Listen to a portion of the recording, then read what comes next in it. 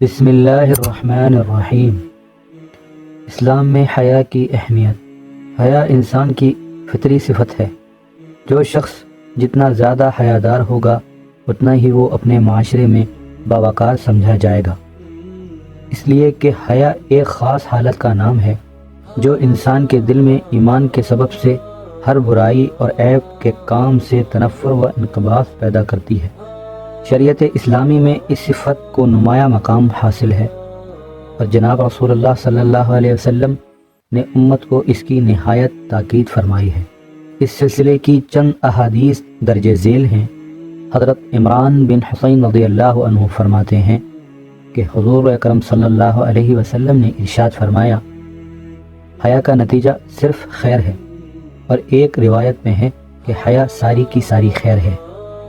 حضرت زید بن طلحہ رضی اللہ عنہ فرماتے ہیں، حضور صلی اللہ علیہ وسلم نے ارشاد فرمایا، ہر دین کی خاص عادت ہوتی ہے اور اسلام کی عادت حیا ہے۔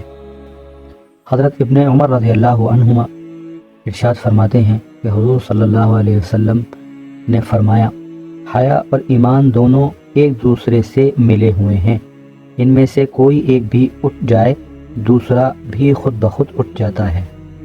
حضرت عبداللہ بن مسعود رضی اللہ عنہ کی روایت ہے کہ نبی اکرم صلی اللہ علیہ وسلم نے ارشاد فرمایا، پہلے انبیاء کے کلام سے لوگوں نے یہ جملہ بھی پایا ہے کہ اگر تو حیا نہ کرے تو جو چاہے کرے، یعنی کوئی چیز تجھ کو برائی سے روکنے والی نہ ہوگی۔ حضرت ابو ہریرہ رضی اللہ عنہ سے مروی ہے کہ حضور صلی اللہ علیہ وسلم نے ارشاد فرمایا، حیا ایمان کا اہم ترین شعبہ ہے۔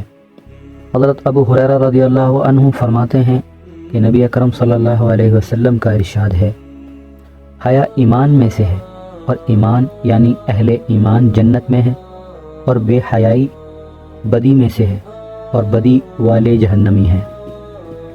حضرت انس رضی اللہ عنہ سے مروی ہے کہ حضور اکرم صلی اللہ علیہ وسلم نے ارشاد فرمایا، بے حیائی جب بھی کسی چیز میں ہوگی تو اسے عیب دار ہی بنائے گی، اور حیا جب بھی کسی چیز میں ہوگی تو اسے مزین اور خوبصورت کر دے گی۔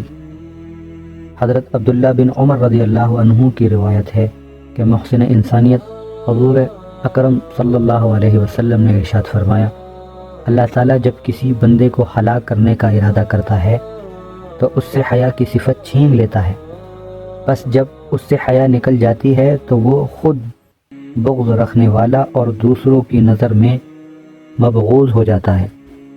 پھر جب وہ بغیض اور مبغوض ہو جاتا ہے تو اس سے امانت نکال لی جاتی ہے۔ جب اس سے امانت نکل جاتی ہے وہ خائن لوگوں کی نظر میں بددیانت ہو جاتا ہے۔ جب وہ خائن اور بددیانت ہو جاتا ہے تو اس میں سے رحم کا مادہ نکل جاتا ہے۔